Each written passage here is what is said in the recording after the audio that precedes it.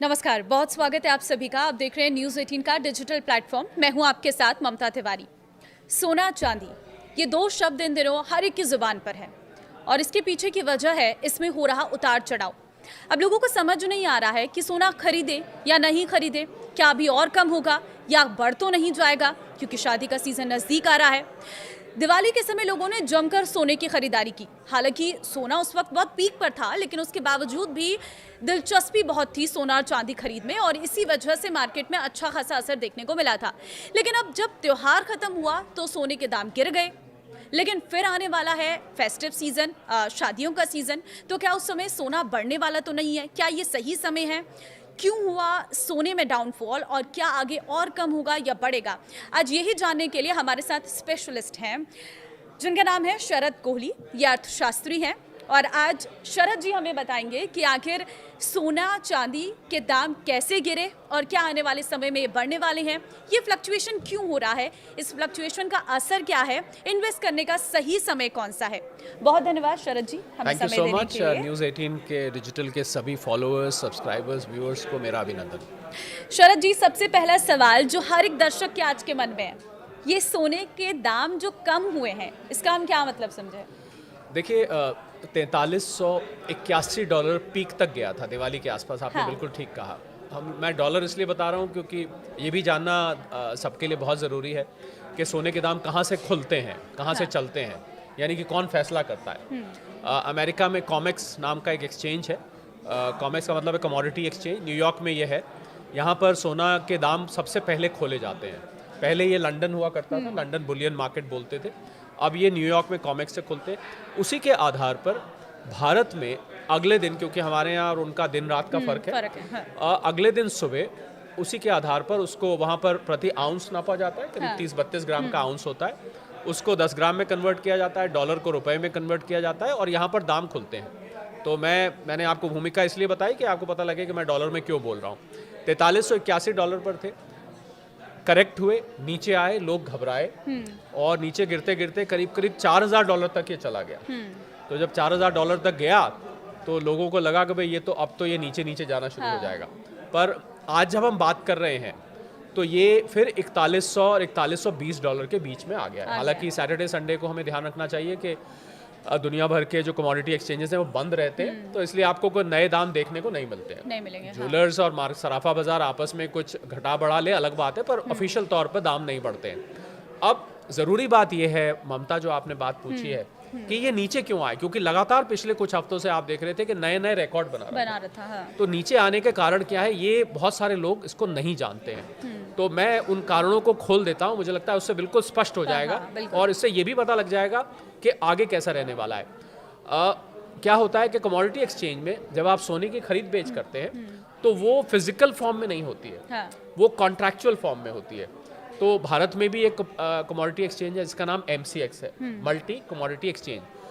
और शायद जो लोग नहीं जानते उनको ये भी मैं बताना चाहूँगा कि वहाँ पर सोना ऐसे नहीं खरीदा जाता कि मैंने आपको बेचा, आपने मुझे बेचा, कोई हमने एक ब्रिक बेच दी बार, बल्कि खाली कॉन्ट्रैक्ट्स बिकते और ख़रीदे जाते हैं। और इस कॉन्ट्रैक्ट की हर महीने की एक डेट पर एक्सपायरी होती है। हाँ। उस डेट तक आपको अपने कॉन्ट्रैक्ट स्क्वायर अप करने होते हैं। अब अमेरिका में कॉमेक्स में 29 अक्टूबर को ये जो मंथली कॉन्ट्रैक्ट होता है उसकी एक्सपायरी की डेट है। तो जिन लोगों ने पहले लिया था, अब देखिए आपने कोई चीज़ खरीदी और आपको लगा कि अब वो मुनाफे में आ गई है, तो आप चाहेंगे कि हम प्रॉफिट बुक कर लें और उसको बेच के अपना प्रॉफिट जेब में डाल लें। तो जिन लोगों ने पहले खरीदा था, इसको हम प्रॉफिट बुकिंग कहते हैं, यानी कि कम दाम पे आपने खरीदा और ज़्यादा दाम पर आपने उसको बेच दिया। तो जब बहुत सारे लोग बेचने आ जाते हैं तो उसको हम प्रॉफिट बुकिंग कहते हैं, जिसके कारण से कीमत नीचे आती है। पहला कारण। दूसरा और इससे भी बड़ा कारण ये है कि ये जो हाल में तेज़ी आई थी, ममता ध्यान दीजिएगा इस पर, ये तेज़ी आने का कारण था कि चाइना और अमेरिका, जो दुनिया की दो सबसे बड़ी अर्थव्यवस्था हैं, उन दोनों के बीच बहुत बड़ा ट्रेड वॉर छिड़ गया था।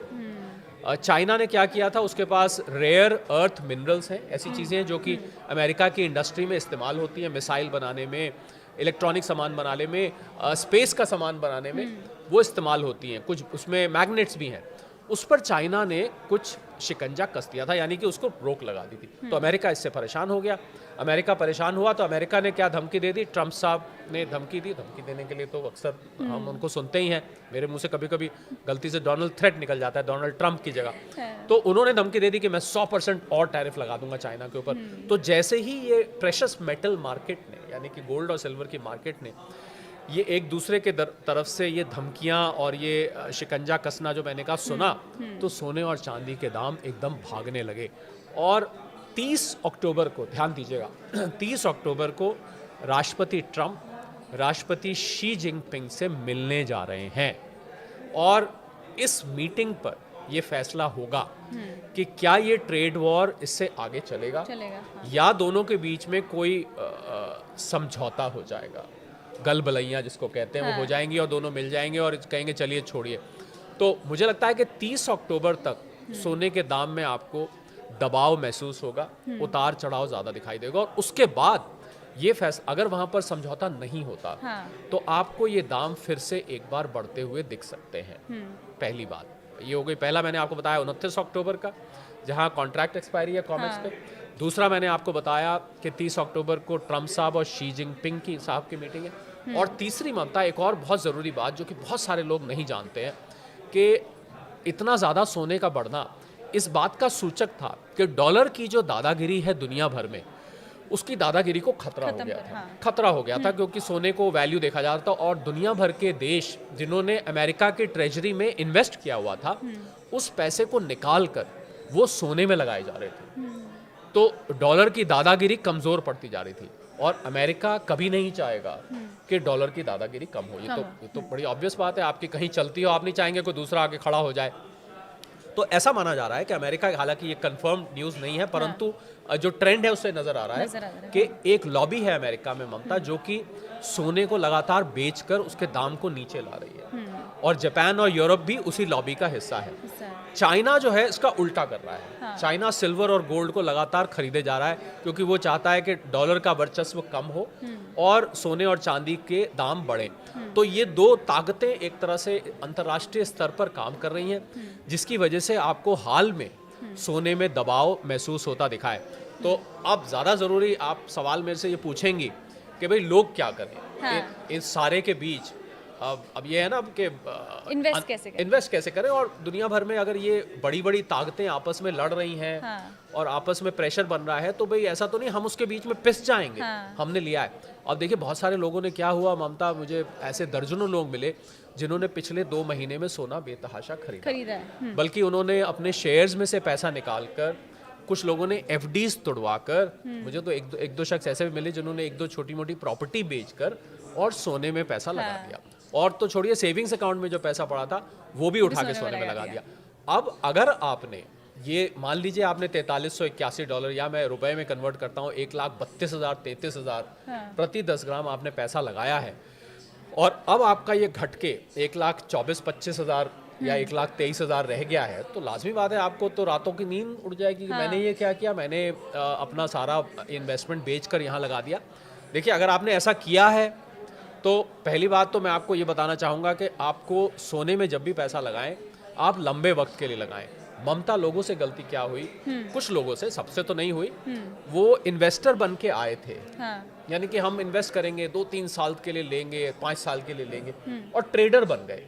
ट्रेडर बन गए मतलब उन्होंने बहुत छोटा शॉर्ट टर्म नजरिया बना लिया कि 1,25,000 पे लिया, 1,27,000 पे बेच दिया, 1,28,000 पे खरीदा, 1,30,000 पे बेच दिया। मतलब उन्होंने खरीद बेच ऐसी शुरू कर दी जैसे कि कोई ट्रेडर करता है। तो उनको मैं सलाह दूंगा, अगर आपने गलती से हायर लेवल पे ले भी लिया है तो कोई चिंता की बात नहीं है, आप उसको लंबे वक्त तक रखिए।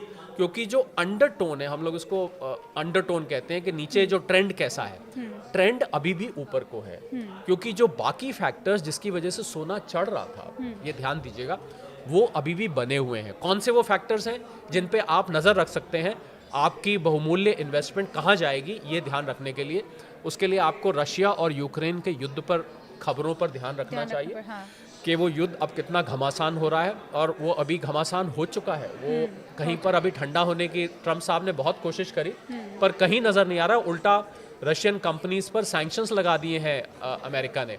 रोजनेफ्ट और लुकोइल 2 बड़ी कंपनीज है रशिया की, उनके ऊपर सैंक्शंस लग गए हैं।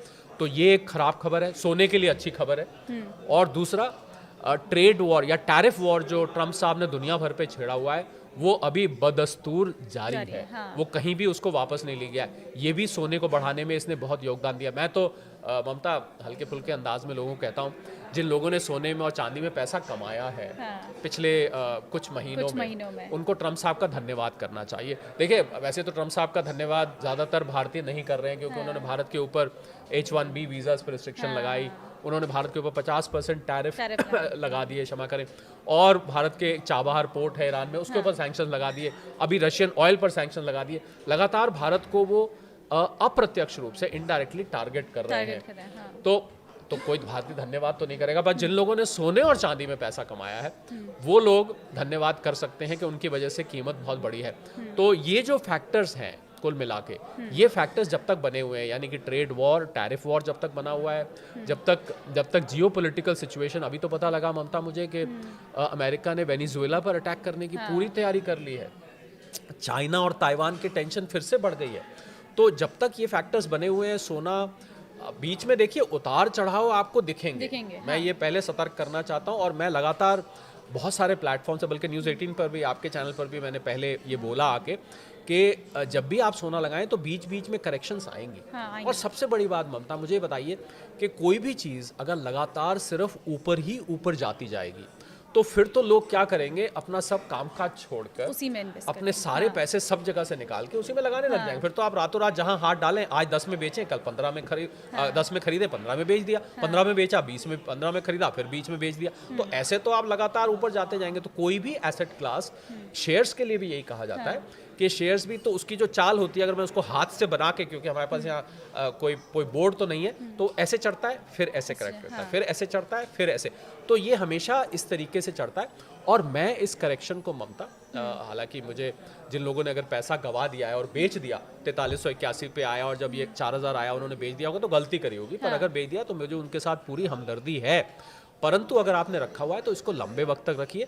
एक हेल्दी करेक्शन है, जब भी कोई एसेट इस तरीके से बढ़ता है तो उसको एक हेल्दी करेक्शन माना जाता है। लेकिन बीच में इसी में मेरा सवाल ये रहेगा कि आपको क्या लगता है, जो मार्केट में फ्लक्चुएशन हो रहा है, ये गोल्ड किस लेवल तक हाई जा सकता है और किस लेवल तक नीचे आ सकता है?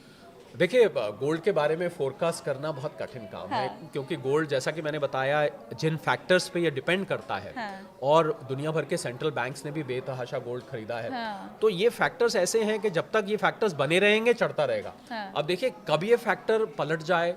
अब मैं उदाहरण अक्सर दिया करता हूँ, मैं रशिया यूक्रेन की हम बात कर रहे थे अभी। अब मान लीजिए ट्रम्प, जेलेंस्की साहब और पुतिन साहब गले मिल जाए, चलो लड़ाई छोड़ो, आज से हम और आप दोस्त, ये लो अपनी टेरिटरी वापस, ऐसा कुछ हो जाए तो फिर आपको नेचुरली करेक्शन होती दिखाई देगी। पर मुझे लगता है अंडरटोन बुलिश है। मुझे अगर गोल्ड आज 1,25,000 पे खड़ा हुआ है, मुझे यहाँ से 1.5 लाख तक भी जाता दिखता है। परंतु आप निवेश करने से पहले अपने फाइनेंशियल एडवाइजर से सलाह ले लें। मैं आपको निवेश करने की सलाह नहीं दे रहा हूँ, मैं आपको सिर्फ वो फैक्टर्स बता रहा हूँ जो कि गोल्ड की प्राइस को, सिल्वर की प्राइस को उतारते और चढ़ाते हैं। हम सभी दर्शकों को एक डिस्क्लेमर आपकी इजाज़त से देना चाहूँगा कि आप अपने फाइनेंस एडवाइजर से सलाह लेके जो भी निवेश करें, उनसे सलाह लेके करें। ये एक एनालिसिस है केवल, और केवल आपको ये गाइड करने के लिए कि क्या वो फैक्टर्स हैं जो गोल्ड और सिल्वर को ऊपर और नीचे ले जाते हैं।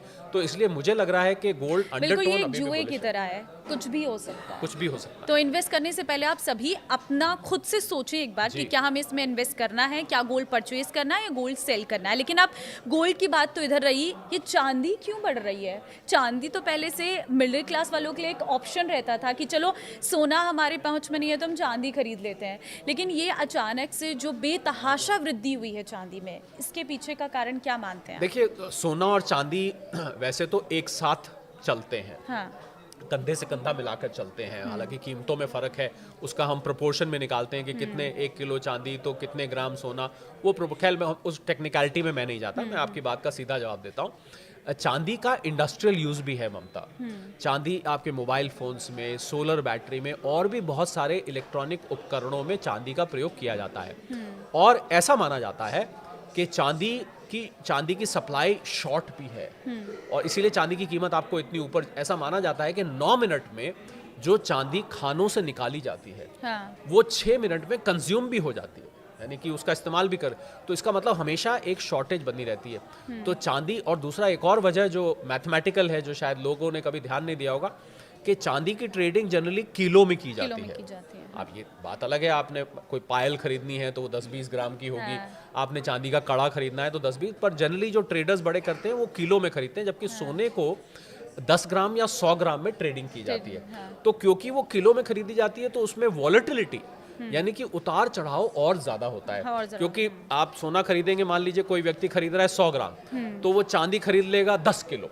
आप समझ रहे कि 100 ग्राम और 10 किलो में, क्योंकि उसकी ट्रेडिंग ज्यादा हो जाती है, वॉल्यूम बढ़ जाता है, वॉल्यूम बढ़ने से इसकी वॉलेटिलिटी बढ़ जाती है। तो जो कारण सोने को ऊपर और नीचे ले जा रहे हैं, वही कारण चांदी को भी ऊपर और नीचे ले जा रहे हैं। एक कारण उसमें और जुड़ जाता है कि जैसे जैसे चांदी की कंजम्पशन, इंडस्ट्रियल कंजम्पशन बढ़ती जाएगी, वैसे वैसे चांदी में आपको और ज़्यादा चढ़ाव। तो मुझे लगता है कि चांदी को भी अगर आप ले रहे हैं, चांदी में आपको वॉलेटिलिटी और ज़्यादा दिख सकती है। आप देखें चांदी, हम फिर डॉलर की बात करते हैं, करीब करीब $54 तक चली गई थी, फिर घट के ये करीब $46-47 तक आई। इस समय ये फिर 48 और $49 के आसपास घूम रही है, इसने भी रिकवर किया है। तो अभी सोने और चांदी की चाल आपको लगभग एक साथ चलती है, यानी कि 5-6% उसमें करेक्शन आया है और 5 से 6% इसमें करेक्शन आया है, दोनों में बराबर का करेक्शन। पर ये कभी कभी चांदी पीछे भी छूट जाती है, कभी कभी चांदी से आगे, सोने से आगे भी निकल जाती है, पर दोनों के कारण लगभग सेम है उतारने चढ़ने के, सिवाय इसके कि चांदी का इंडस्ट्रियल यूज भी किया जाता है। देखिए, क्योंकि हम जब आपस में बात करते हैं, परिवार में बात होती है, स्टाफ्स के साथ बात होती है, तो हर कोई अलग अलग तरीके से बात करता है। वैसे तो पूरा खेल इंटरनेशनली चल रहा है, लेकिन कहीं ना कहीं लोगों के मन में ये भी बात रहती है, अभी त्योहार आ रहा है, महंगा हो जाएगा सोना, अब शादियों का सीजन आ रहा है, महंगा हो जाएगा सोना। क्या ये सब बातों का इम्पैक्ट पड़ता है इसमें? देखिए, जैसा मैंने शुरू में ही कहा था जब हमने बातचीत शुरू करी थी, कि सोने का भाव अमेरिका में कॉमेक्स से खुलता है। हाँ। थोड़ा बहुत फर्क पड़ता है, धनतेरस आ गया, अक्षय तृतीया आ गई, शादी का सीजन आ गया, थोड़ा बहुत फर्क पड़ता है, पर इतना फर्क नहीं पड़ता कि हम कहें कि सोना शादी की वजह से महंगा हो गया। अब ऐसा नहीं होता है। और मैं तो सलाह लगातार ये देता आ रहा हूँ, ममता, आप स्वयं महिला हैं, आप इस बात को समझ सकते हैं कि जो सोने की ऑर्नामेंटल वैल्यू है वो कभी भी नहीं जा सकती। अगर महिला को शादी में पहनना है तो उनको पहनना है। अब सवाल ये उठता है कि अगर आप 22 कैरेट का नॉर्मली सोना होता है, पहना जाता है, 24 में तो ज्वेलरी बनती नहीं है, मुड़ जाती है। तो वो लोगों ने, मैंने कुछ बड़े ज्वेलर से बात हुई, उन्होंने मुझे बताया कि इस बार जो उनकी सेल हुई है धनतेरस के आसपास और दिवाली के आसपास, वहाँ पर 18 कैरेट, 14 कैरेट और 9 कैरेट का भी सोना बिका है। 9 कैरेट, क्योंकि आपको जो अपनी डेकोरेटिव वैल्यू, तो इसीलिए मैं ये भी बोलता हूँ ममता कि अगर आपने निवेश करना है तो आप ज्वेलरी में निवेश मत करिए, आप बार्स लीजिए, कॉइन्स लीजिए, ETFs में करिए। ज्वेलरी में निवेश करके आपके मेकिंग चार्जेस कट जाते हैं, इम्प्योरिटीज कट जाती हैं। अब जिन लोगों ने निवेश किया हुआ है, ऐसा माना जाता है ममता कि भारतीय घरों में 25,000 टन सोना रखा हुआ है, संदूक में, मंदिर में, मूर्ति के पीछे, अनाज के ड्रम में, अलग अलग जगह है जहां लोग संभाल के रखते हैं। और जो लोग लॉकर्स में, बैंक के लॉकर्स में सोना रखते हैं, उनको मैं यहाँ पर आपके कार्यक्रम के माध्यम से सावधान करना चाहता हूँ। आप रखें, मैं ये नहीं कह रहा कि बैंक के लॉकर में ना रखें, परंतु जो भी आपके बैंक का लॉकर का रेंट होता है, जो इंश्योरेंस होता है उसमें रखे सामान का, वो मात्र उसका 100 गुना होता है। यानी कि अगर आपने 2,000 रुपए का आपका रेंट है तो 2 लाख रुपए तक का आपका उसमें इंश्योर्ड है, उसके अलावा आपका वो लॉस हो गया तो वो लॉस की भरपाई नहीं हो पाएगी। तो वो सोना जो आपने रखा हुआ है उसकी वैल्यू आप निकालें, उसकी वैल्यू करें। और जो नया सोना आप लेना जाना चाहते हैं, मैं तानिश के CEO हैं, उनका इंटरव्यू सुन रहा था।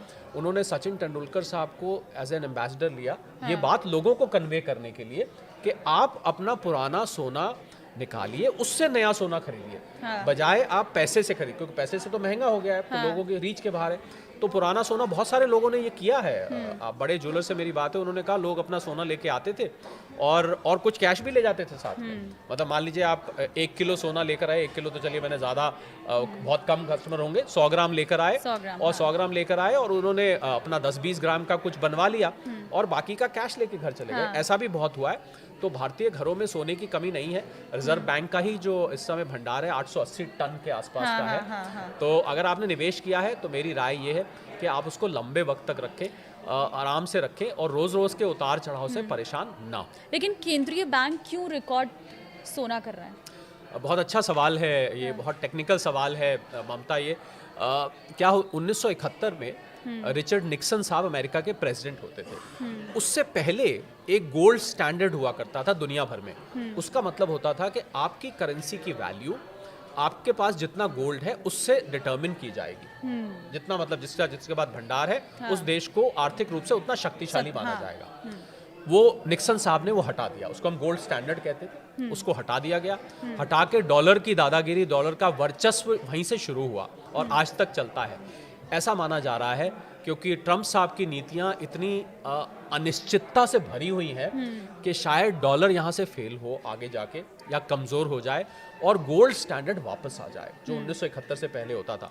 तो दुनिया भर के सेंट्रल बैंक्स जो कि खूब इकोनॉमिक्स को जानते हैं, दुनिया भर की अर्थव्यवस्था को जानते हैं, वो धीरे धीरे सोने का भंडार इकट्ठा करे जा रहे हैं। उनको ऐसा लग रहा है कि शायद डॉलर फेल हो जाए। तो मैं ये आपकी बात, इसी बात से जुड़ी हुई बात बोलने जा रहा हूँ कि सोने का लगातार बढ़ना इस बात का सूचक है कि दुनिया की अर्थव्यवस्था में कहीं कोई ऐसी छुपी समस्या है जो हमें और आपको नहीं दिखाई दे रही है। तो ये एक मतलब सोने का बढ़ना जहाँ एक तरफ सोने के निवेशकों के लिए अच्छा है, परंतु वैश्विक अर्थव्यवस्था के लिए ये बहुत अच्छा नहीं माना जाता। ये खतरे की घंटी माना जाता है कि कहीं ऐसा तो नहीं आर्थिक मंदी बड़ी आने वाली है या कोई ऐसा बड़ा आर्थिक संकट आने वाला है जो कि हमें अभी नहीं दिखाई दे रहा है। तो क्या ये डॉलर की बादशाहत पर भी खतरा है? बिल्कुल खतरा है। मैंने आपको बताया कि डॉलर की बादशाहत को खतरा को लेकर तो अमेरिका में कुछ लॉबी इसको बेचने, सोने को नीचे करने की कोशिश कर रहे हैं और चाइना इसको ऊंचा। बिल्कुल डॉलर की बादशाहत को खतरा, तो अमेरिका जिस तरीके से अपने आप को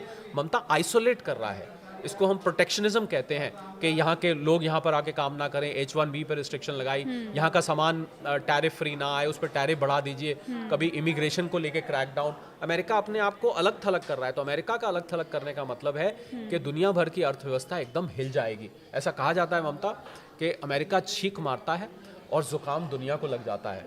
तो अमेरिका के में लागू की गई कोई भी आर्थिक नीति दुनिया भर को प्रभावित करती है। बिल्कुल अगर डॉलर यहाँ से हिलता है तो मुझे लगता है एक नए प्रकार की अर्थव्यवस्था जिसमें सोना सबसे ऊपर सामने उभर के आ सकता है। करेंसी तो नहीं बनेगा, ये तो नहीं हो सकते कि आप ब्रेड सोने के बदले में लेके आए या दूध खरीद के लाएं, परंतु एक वैल्यू का मेजर बन जाएगा, यानी कि किसी भी वैल्यू को माप तोल करने का एक आधार बन जाएगा। और दुनिया भर में सोना आप कहीं भी जाके खरीद सकते हैं, बेच सकते हैं, कोई इसमें परेशानी नहीं आती है।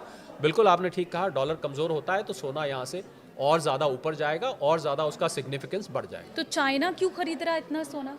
चाइना इसलिए खरीद रहा है क्योंकि चाइना भी चाहता है अंदर से कि डॉलर बहुत ज़्यादा मजबूत ना हो। चाइना तो अपनी करेंसी को युआन को बनाना चाहता था, पर युआन में तो अभी वो इतना कामयाब नहीं हुआ है कि युआन दुनिया भर की करेंसी बन जाए। उसको लग रहा है कि सोना एक ऐसी चीज़ है जो हम अपने यहाँ भंडार इकट्ठा कर लें तो डॉलर के वर्चस्व को हम चैलेंज कर सकते हैं चाइना के खरीदने की वजह। चाइना और अमेरिका का जो कोल्ड वॉर है, इसके कारण चाइना सोने का भंडार इकट्ठा कर रहा है। और चाइना को भी कहीं लग रहा है कि डॉलर कमज़ोर हुआ तो अगर हमारे पास ज़्यादा सोना हुआ तो हम दुनिया भर पर अपना अधिकार ज़्यादा जमा पाएंगे। तो देखिए, ये है सोने चांदी का मार्केट। ये कब बढ़ेगा कब घटेगा इसके लिए कुछ अंदाज़ा नहीं लगाया जा सकता। इस वीडियो के साथ ही मैं आपको एक और यहाँ पर ज़रूर नोट देना चाहूँगी कि सोने में इन्वेस्टमेंट आप अपनी मर्ज़ी से, अपने फाइनेंशियल एडवाइज़र की मर्ज़ी से करें। ये वीडियोस का मकसद सिर्फ और सिर्फ आपको सोने और चांदी के मार्केट के बारे में पूरी जानकारी देना है कि आखिर मार्केट में क्या चल रहा है, क्या वजह है इसके बढ़ने की और क्या वजह हो सकती है इसके घटने की,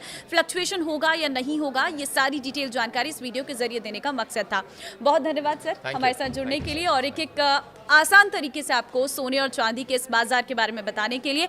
तो फिलहाल इस वीडियो में सारी आपकी छोटी छोटी चीज़ों को हमने नोट किया है, जो आपके सवाल थे वो रखे हैं। इस वीडियो को आप शेयर ज़रूर करना ताकि सभी लोगों को सोने और चांदी के इस मार्केट के बारे में पता चल सके और निवेश करने से पहले वो सोच सकें। नमस्कार।